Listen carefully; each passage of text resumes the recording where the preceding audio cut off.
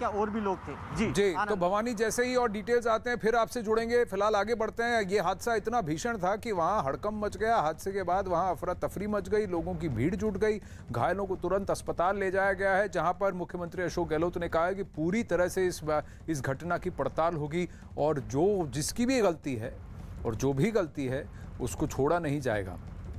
आगे बढ़ते हैं अखाड़। रफाल विमान सौदे पर एक बार फिर राजनीति तेज हो गई है। बीजेपी ने इस सौदे से जुड़ी कुछ जानकारियां सामने आने के बाद कांग्रेस पर हमला तेज कर दिया है। सबसे पहले बीजेपी नेता अमित मालवीय ने फ्रेंच मैगजीन की एक रिपोर्ट को आधार बनाते हुए बीजेपी नेता अमित मालवीय ने ट्विटर पर लिखा कि रफाल विमान बनाने वाली कंपनी ने एक बिचौलिए को 14.6 मिलियन यूरो यानी भारतीय रुपयों में करीब 64 करोड़ रुपए रिश्वत दी थी। उन्होंने ट्वीट में यह भी लिखा कि यह रिश्वत 2004 से 2013 के बीच दी गई, मतलब तब दी गई जब देश में कांग्रेस की अगुवाई वाली यूपीए की सरकार थी। यह रिश्वत सुरेन गुप्ता के जरिए भारत में पहुंचाई गई थी। अब सुरेन गुप्ता की वही कारोबारी है जिसे भारतीय जांच एजेंसियों ने गिरफ्तार किया। सुरेन गुप्ता की गिरफ्तारी पहले अगस्ता वेस्टलैंड सौदे की जांच के दौरान की गई थी। फिर फ्रांस की मैगजीन मीडिया पार्ट के जिस आर्टिकल का जिक्र अमित मालवीय ने किया, उसने ये भी दावा किया गया कि भारत की जांच एजेंसियों को भी इसकी जानकारी का 2018 में मिल चुकी थी, जब मॉरिशस से ये दस्तावेज सीबीआई को मिले थे। इसके बाद कांग्रेस नेता पवन खेड़ा ने भी रफाल के मुद्दे पर सरकार को घेरने की कोशिश की और इसे सबसे बड़ा घोटाला बताते हुए सरकार पर आरोप लगा दिए, जिसका जवाब देने बीजेपी के प्रवक्ता संबित पात्रा सामने आए और कांग्रेस पर ही घोटाले का आरोप लगा दिया। क्या आपकी पॉलिटिकल हाई कमांड से किसी की बैठक सुरेन गुप्ता ने कराई? इशारे तो तमाम यही हैं कि बैठक हुई है, तभी तो ये लीपापोती हो रही है, तभी तो सीबीआई डायरेक्टर को आधी रात को हटाया जाता है, तभी तो इतने कागज बरामद होने के बाद भी कोई कार्यवाही सुरेन गुप्ता पर नहीं होती। इस प्रकरण में यह राष्ट्रीय सुरक्षा को खतरे में डालना, राष्ट्रद्रोह और आधिकारिक गोपनीयता के अधिनियम का घोर उल्लंघन है, उससे कम कुछ भी नहीं। ईडी ने घोटाले की जांच के लिए इन सबूतों को आगे क्यों नहीं बढ़ाया, हमारा यह सवाल है। दस्तावेजों को लीक करने वाले राजनीतिक कोई व्यक्ति हो, रक्षा मंत्रालय का कोई व्यक्ति हो, कोई तो होगा जिसने लीक किया होगा।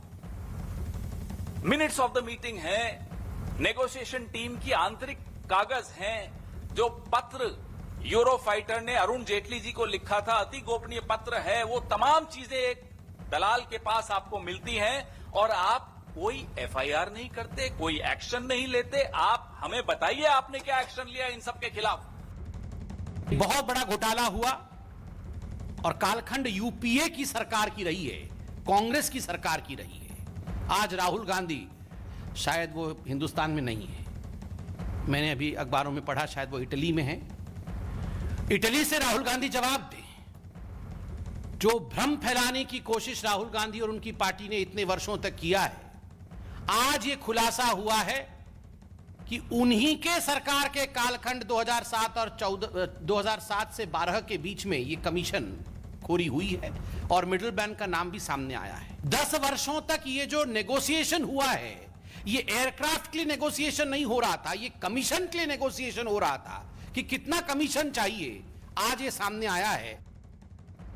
यतेंद्र शर्मा दिल्ली से लाइव जुड़ रहे हैं। यतेंद्र, फिर से रफाल पर सियासत गर्मा गई है, लेकिन एक बात हमारे दर्शकों को याद रखना होगा कि यूपीए के दौरान कोई डील नहीं थी, डील का ड्राफ्ट था और उसमें भारत सरकार और डसॉ एविएशन के बीच डायरेक्ट एक कॉन्ट्रैक्ट बनने की बात हो रही थी। जबकि मोदी सरकार के अंडर ये जो रफाल विमान आज हमारे पास हैं, वो दो देशों के बीच का करार है। ये बहुत अलग बात है और खासकर मीडिया पार्ट के अंदर जो डॉक्यूमेंट्स आए हैं, और यही बीजेपी का कहना है कि जो पैसा दिया गया है 64 करोड़ रुपया, वो 2007 से 2013 की अवधि में दिया गया।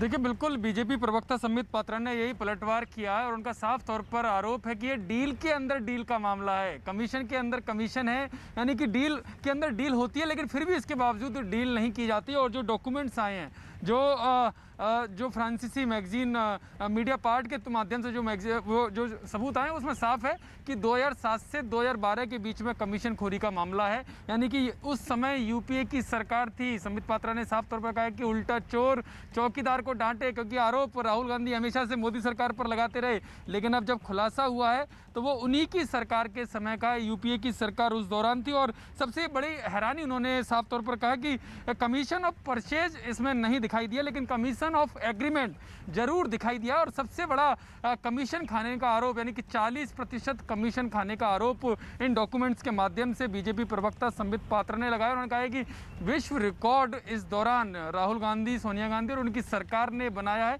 इतना बड़ा कमीशन कभी किसी ने नहीं खाया होगा जितना इन लोगों ने खाया। और ये डॉक्यूमेंट साफ तौर पर बताते हैं, जो मीडिएटर है, जो सुषेण गुप्ता, उसका नाम वेस्टलैंड जो अगस्ता वीवीआईपी हेलीकॉप्टर में है, उसमें भी इसका नाम आया।